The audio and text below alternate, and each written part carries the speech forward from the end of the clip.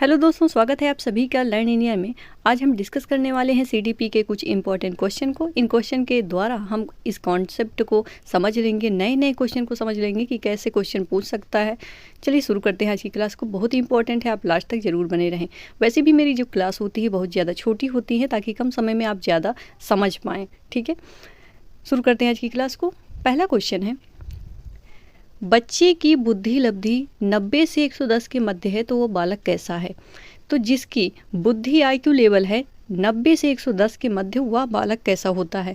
सामान्य बुद्धि, प्रखर बुद्धि, उत्कृष्ट बुद्धि या प्रतिभाशाली। प्रतिभाशाली को आप जानते हैं 130 प्लस या 140 प्लस वाले होते हैं प्रतिभाशाली, और सामान्य बुद्धि वाले होते हैं 90 से 110 के बीच में। तो 90 से 110 के बीच वह बालक है वह बुद्धि आती है सामान्य बुद्धि।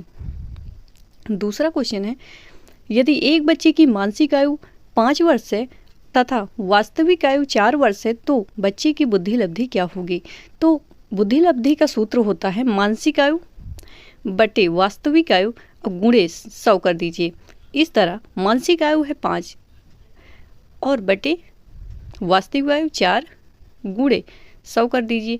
अब इसको हल करेंगे तो 125 आ जाएगा। इसके बाद तीसरा क्वेश्चन है, निम्नलिखित में से कौन सा द्वितीयक समाजीकरण एजेंसी का उदाहरण है। तो पहला प्राथमिक जो एजेंसी होती है वो होता है परिवार। तो परिवार जिसमें भी आएगा ना वो प्राथमिक हो जाएगा, परिवार और पास पड़ोस। तो यहाँ पूछा है द्वितीयक, तो देखिए यहाँ पर परिवार है, उसके साथ पास पड़ोस है, परिवार मीडिया। तो परिवार प्राथमिक है लेकिन मीडिया सेकेंडरी आ गई। तो इसलिए ऑप्शन के अकॉर्डिंग विद्यालय और मीडिया, ये कौन से समाजीकरण है, ये द्वितीयक हैं, सेकेंडरी। इसके बाद चौथा क्वेश्चन है हमारा, निम्नलिखित में से किस में शारीरिक वृद्धि और विकास तीव्र गति से होता है। शैशवावस्था एवं प्रारंभिक बाल्यावस्था में, प्रारंभिक बाल्यावस्था, मध्य बाल्यावस्था में, मध्य बाल्यावस्था या किशोरावस्था में, या फिर किशोरावस्था या वयस्कता अवस्था में। तो जो शारीरिक वृद्धि और विकास तीव्र गति से होता है वो शैशवावस्था और प्रारंभिक बाल्यावस्था में होता है। इसके बाद है पांचवा क्वेश्चन, पठन वैफल्य यानी डिसलेक्सिया में बच्चों में प्राथमिक लक्षण क्या हैं। जो डिसलेक्सिया होता है उसमें जो प्राथमिक लक्षण दिखाई देते हैं वो कैसे होते हैं। न्यून अवधान विकार, नहीं अवधान वाला तो वो ADHD का बालक होता है जो उसमें आता है।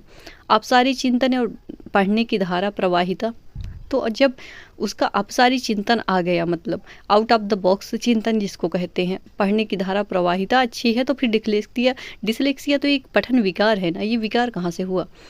धारा प्रवाह में पढ़ने की अक्षमता या एक ही गति विषयक कार्य को बार बार दोहराना।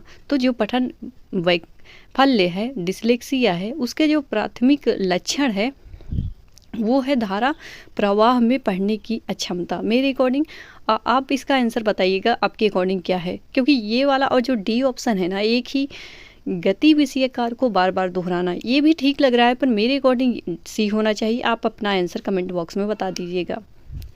छठवां क्वेश्चन है हमारा, जीन पियाजे के अनुसार अधिगम के लिए निम्नलिखित में से क्या आवश्यक है। सॉरी, शिक्षार्थियों के द्वारा पर्यावरण की सक्रिय खोज में, बस यहीं पर आप रुक जाइए क्योंकि सक्रिय खोज जहाँ पर आ गई, जीन पियाजे ने ऐसी ही बात कही है। अगर आप देखना चाहते हैं बाकी के ऑप्शन तो वो भी देख सकते हैं। सातवां क्वेश्चन है बहुभाषा से लेके, बहुभाषा कक्षा से तात्पर्य क्या है। जिस कक्षा में, एक सेकंड, जिस कक्षा में शिक्षक शिक्षिका 2 या 2 से अधिक भाषाएं लिख पढ़ सकते हों, ऐसी कक्षा, ऐसा जरूरी थोड़ी है। जिस कक्षा में कम से कम 2 भाषाओं में पाठ्य पुस्तक उपलब्ध हों, जिस कक्षा में प्रत्येक बच्चे की घर की भाषा को सम्मान दिया जाता हो, या फिर जहां बहुत सारी भाषाओं का अध्यापन किया जाता हो। तो बहुभाषिकता, ये बहुभाषा वाली कक्षा वो कक्षा होती है जिस कक्षा में प्रत्येक बच्चे की घर की भाषा को सम्मान दिया जाता है। ऐसा नहीं कहा जा सकता कि भाई तुम अपनी घर की लैंग्वेज बोल रहे हो तो तुम बड़े पापी हो गए, अरे इसको तो कुछ नहीं आता। ऐसा कुछ नहीं, उसकी भाषा को समझने का प्रयास करिए, उसको सुधारने का प्रयास करिए। उसकी घर की भाषा को जब आप समझेंगे, सम्मान देंगे, तो उसको ऐसा लगने लगता है कि हाँ ये तो अपना है। आप यकीन मानिए, जब आप किसी से बात करते हैं अपनी भाषा में, वो ऐड नहीं आता अपनी भाषा में फील है, तो अपनी भाषा में बात करने में ही फील आता है। तो ऐसे बच्चों के साथ भी होता है, तो उनकी मातृभाषा को हमेशा सम्मान देना चाहिए। ये क्वेश्चन हमेशा आता है कि बहुभाषिकता को किस रूप में देखा जाना चाहिए, समस्या के रूप में, बाधा के रूप में। तो ये बहुभाषिकता क्या है? बहुभाषिकता हमारे समाज की में एक, हमारे स्कूल में एक संसाधन है, इसको देखा जाना चाहिए संसाधन के रूप में। 8वां क्वेश्चन है हमारा, भाषा शिक्षण को डैश संदर्भ में रख कर देखने की आवश्यकता है। बहुभाषी, आर्थिक संदर्भ में रखकर देखने की आवश्यकता है, ऐसा तो हो नहीं सकता। सांस्कृतिक संदर्भ में रखकर देखने की आवश्यकता है, या नैतिक संदर्भ में देखने की आवश्यकता है। तो जो भाषा शिक्षण को है, तो सबसे ज़्यादा इम्पोर्टेंट है यहाँ कि हम बहुभाषी संदर्भ में रख कर देखने की आवश्यकता होती है। 9वां क्वेश्चन है, शारीरिक रूप से अक्षम बच्चों को सामान्यतः डैश होता है। तो जो शारीरिक रूप से अक्षम होते हैं, तो उसमें कौन सा विकार है जो शारीरिक अक्षमता के कारण होता है, ये आपसे पूछ रहा है। डिसलेक्सिया, डिसलेक्सिया तो पठन विकार है, तो ये शारीरिक विकार तो हुआ नहीं। इसके बाद है डिस्थीमिया, डिस्थीमिया भी एक मना स्थिति निम्न हो जाती है, एकदम मनोविकार है ये डिस्थीमिया। डिस्ग्राफिया, डिस्ग्राफिया में अक्षर बराबर नहीं बैठा पाता उसका, क्योंकि हाथ पे कंट्रोल नहीं रहता। तो ये लेखन संबंधी अक्षमता है और यही शारीरिक अक्षमता है। इसके बाद है डिसकैलकुलिया, तो ये जो तीनों है ये माइंड से संबंधित हैं। बाकी ये जो ये वाला है ना डिसग्राफिया, ये है शारीरिक अक्षमता। 10वां और लास्ट क्वेश्चन है आज का, एक बच्चा जो डैश से ग्रस्त है वह सा और वाज में एवं न्यूक्लियर और अनक्लियर में अंतर नहीं कर सकता। ऑप्शन है डिसमोरफीमिया, डिसग्राफिया, डिसलेक्सिया या शब्द जबली।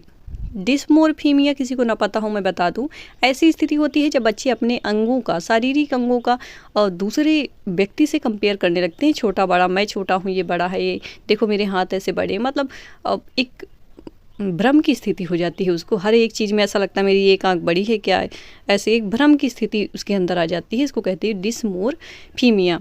डिसग्राफिया आप सब जानते हैं लेखन विकार है, और ये सा को वाज पढ़ता है, न्यूक्लियर को अनक्लियर पढ़ता है, तो ये कैसी बीमारी है, ये है डिसलेक्सिया।